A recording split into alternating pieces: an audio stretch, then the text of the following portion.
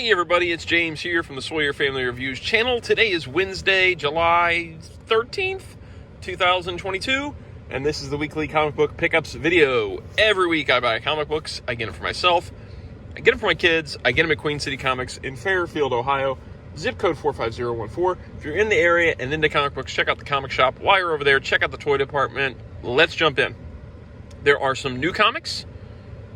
And then there's, it's nothing but new comics, and then a book from my shelves to take you back to my glory days of reading DC Comics, which would be the 80s, 90s, and the early 2000s. Let's jump in. First of all, though, I bought a new toy today. We got in the new wave of Marvel Legends there at the comic shop, and I always wanted a figure of Maggot. When Maggot first appeared, I was like, wow, he's a cool, different mutant. He's got a neat look. I'd buy a figure of him. And then I think it was maybe Toy Fair magazine showed a Toy Biz. This is before the days of Marvel Legends. They showed a Toy Biz Maggot that was going to happen. And I was very excited about it, and then it got canceled. Never came out. And I was always like, man, I wish I could have got that Maggot figure. And so I grabbed the Maggot figure. I haven't really been buying Marvel Legends. I kind of called it quits on them. But I did buy this guy. And you'll notice the Build-A-Figure parts are missing. I gave those to my friend Aaron because he's going to build Bonebreaker. Let's jump in. All right, first is this little ash can. We got an ash can of the Mad Balls versus Garbage Pail Kids. An ash can's like a little small version of the comic that's like a preview. And I really like Mad Balls, and I like Garbage Pail Kids. I'm excited.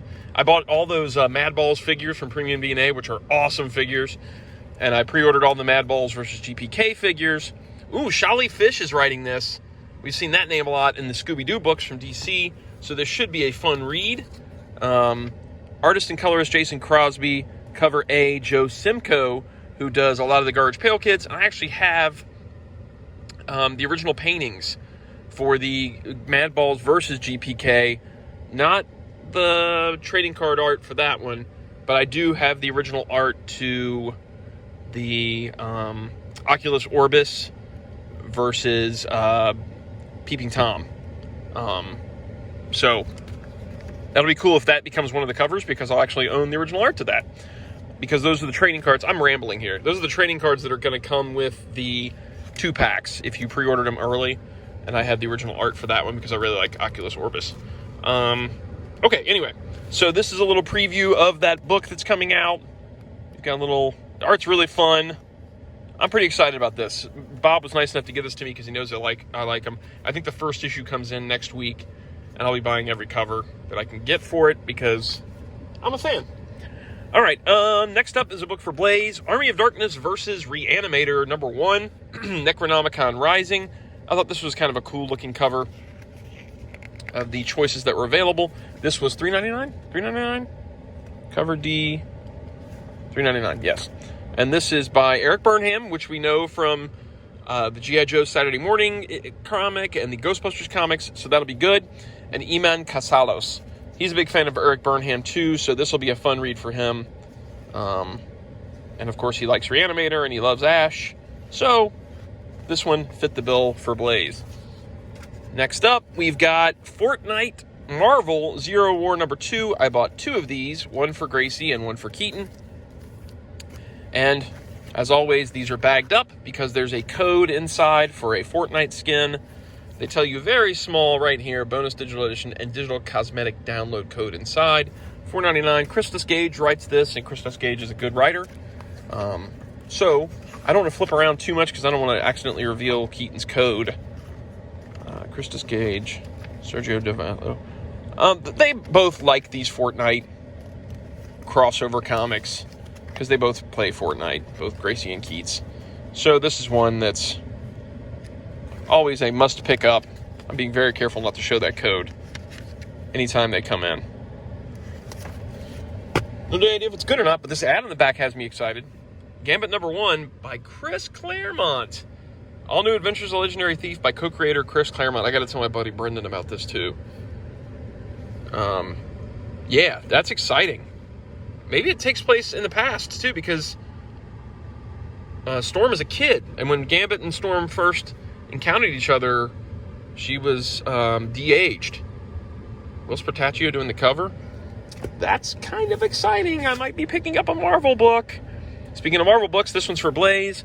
I grabbed him Daredevil Number One. This is the new series by Chip Zdarsky. $4.99 retail. I grabbed the JR and John Romita Sr.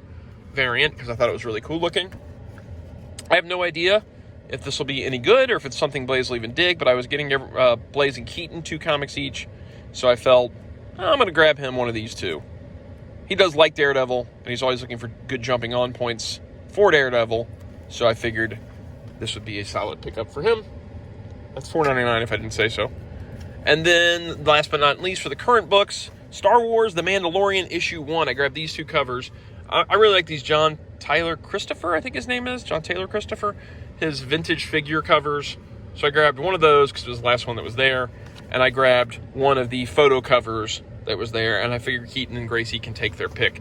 I may read this too. I might have to borrow it from him because we all love Mando. I don't know where this takes place in Mando's adventures. So that'll be interesting. He's wearing the first armor. So it's before the Beskar armor. So I guess it takes place before season 1 of Mando would be my guess.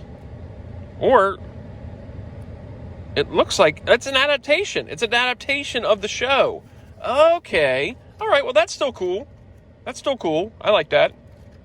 So if you're expecting a new adventure of a Mando, you're not going to get that. You're going to get an adaptation of The Mandalorian season 1, it looks like. Or at least bits of season 1. So, still cool. Still neat. All right. And now for a book from my shelves. I was a huge fan of DC Comics growing up throughout the 80s, 90s, and early 2000s. You've heard me say this a few times now. So I like to grab a book off my shelf and share it with you guys. Sometimes they're going to be great. Sometimes they're going to be good. Sometimes they're just going to be okay. But as in my mind, everything I'm picking off the shelves is better than what they're offering from DC Comics mainstream nowadays. And this book is no exception.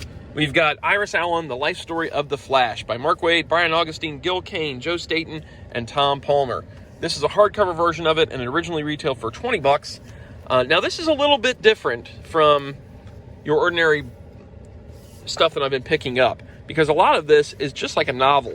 There is art, but there's just a lot of just text here too, because it's written as if Iris Allen is telling you the life story of Barry Allen.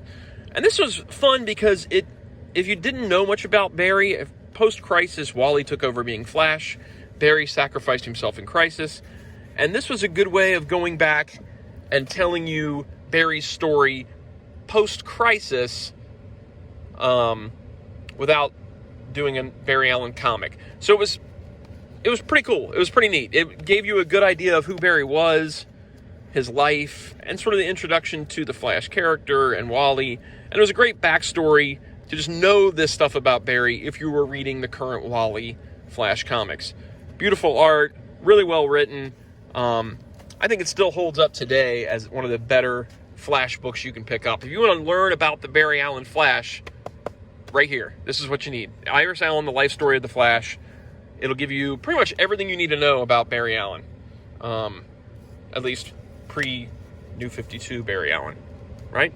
It's been available a bunch of different ways. I think there's trades. I think there's different hardcovers. I don't know what all it's available as, but you can usually find it pretty quick. It's pretty quick. Did I say pretty quick? I was reading a text at the same time I was talking. You can usually find it pretty cheap. I guess quick because Flash too. You can usually find it pretty cheap. Don't spend a lot on this. I'm sure you can get it for under $20.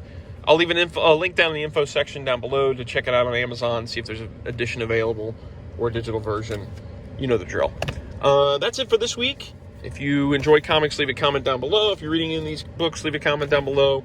If you like the videos, like, subscribe, notify. See you guys next week. Take it easy. Bye.